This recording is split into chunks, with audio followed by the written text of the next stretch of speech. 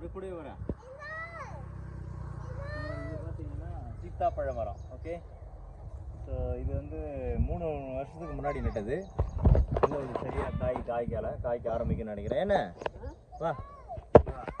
இப்போ இது வந்து பார்த்தீங்கன்னா மாமரம். ஸோ மாமரம் பார்த்தீங்கன்னா ஒரு 10 மரத்துக்கு நட்டது. இப்போ ஒரு 4 மரம் தான் தச்சுது. ஸோ இங்கே பார்த்தீங்கன்னா அங்கே வாங்க பூ எடுத்துகிட்டு பாருங்கள். ஸோ இன்னும் வந்து சரியான மகசூல் வரலை. பட் நாங்கள் நட்டது வந்து எல்லாம் மல்கோவா அது மாதிரி நட்டோம். ஆனால் எல்லாம் இப்போது ஒட்டு மாம்பழம் மரமே வருது. எல்லாம் கார்டன்ஸில் ஏமாத்துறாங்களான்னு தெரியல.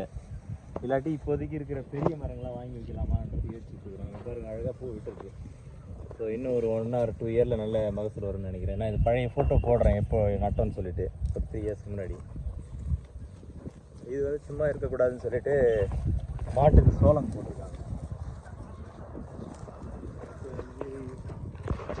மரம் இங்கெல்லாம் குட்டி குட்டி மரம் வச்சோம், அது போயிடுச்சு. ஒரு சந்தன மரம் வச்சோம், அதுவும் போயிடுச்சு. தென்னை மரம் வச்சோம் 2, 1 போயிடுச்சு, 1 மறுபடியும் வந்துக்கிட்டு இருக்கு. அப்புறம் தீனையா இது மாட்டுக்கு தீனி. இங்கேயும் பார்த்தீங்கன்னா பூ எடுத்துருக்கு. இப்போ இதெல்லாம் வந்து கொஞ்சம் கட் பண்ணி விடணும்னு நினைக்கிறேன். தோட்டக்கலை ஆஃபீஸர் சொல்கிற மாதிரி இதெல்லாம் வந்து சரியான விதத்தில் கட் பண்ணி விட்டோம்னா மகசூல் நல்லா கொடுக்கும். அது பூச்சி அடிச்சிட்ருக்கு. மரம் வந்து கிட்டத்தட்ட ஒரு குழந்தைங்க ஏற அளவுக்கு வளர்ந்துருக்கு இப்போதைக்கு. நல்லா எடுங்க. ஆமாம். ஸோ இப்போ பார்த்தீங்கன்னா இது சப்போட்டா மரம் ஒரு 2 மரம் வந்து தப்பிச்சிருக்கு. ஸோ இந்த சப்போட்டா மரத்தில் பார்த்தீங்கன்னா பழம் நல்ல டேஸ்ட்டாக தான் இருக்குது.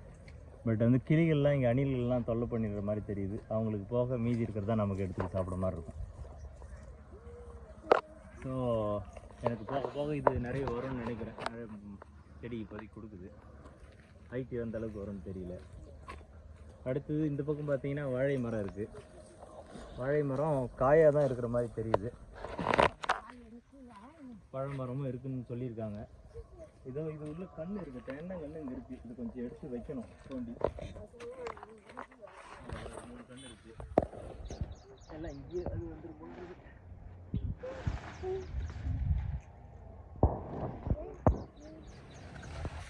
இது 3 கண்ணு நோண்டி வச்சிடலாமா? பார்த்து பிச்சிச்சா பூச்சியா? சரி,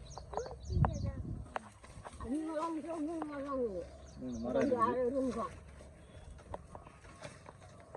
4 மரம் இருக்குது.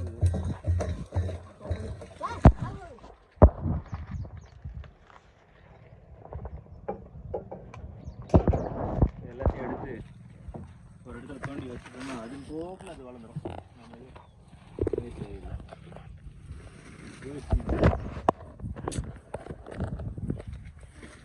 அடுத்தது இது வேப்ப மரம். என்னப்பா?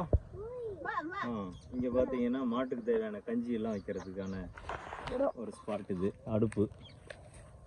இது குழந்தைங்க விளையாடுறது. அங்கே இருக்கான் பாருங்க, அந்த குட்டி பையன் விளையாடுவான். அடுத்து பார்த்தீங்கன்னா இது வேர்க்கடலை வந்து ஒரு 60 நாள் ஆயிடுச்சு. இது ஸோ இன்னும் 30 நாளில் பூ விட்டு காய் இறங்கிடும். அங்கெல்லாம் பூவெல்லாம் எல்லாமே இருக்கும். இந்த பக்கம் பூ சாமந்தி பூ, இந்த பக்கம்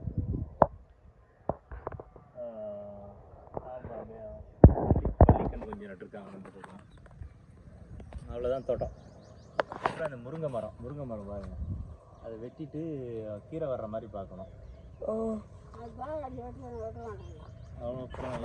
அப்புறம் இதுதான் புளிய மரம். இவருங்க மாட்டு காமிச்சிடுறேன்.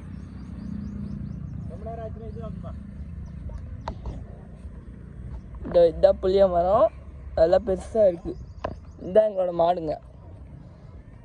இதோ அதுதான் கண்ணுக்குட்டி, 6 மாதம்தான் இருக்கும். வந்து நல்லா ஜாலியாக விளையாடுறோம் அது கூட. பா பசிக்குது போல.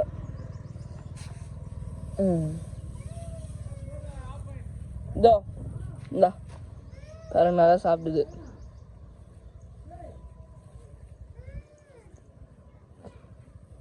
கீழே போட்டுலாம் அப்படியே சாப்பிட்டுக்கோம். அவ்வளோதான், பை.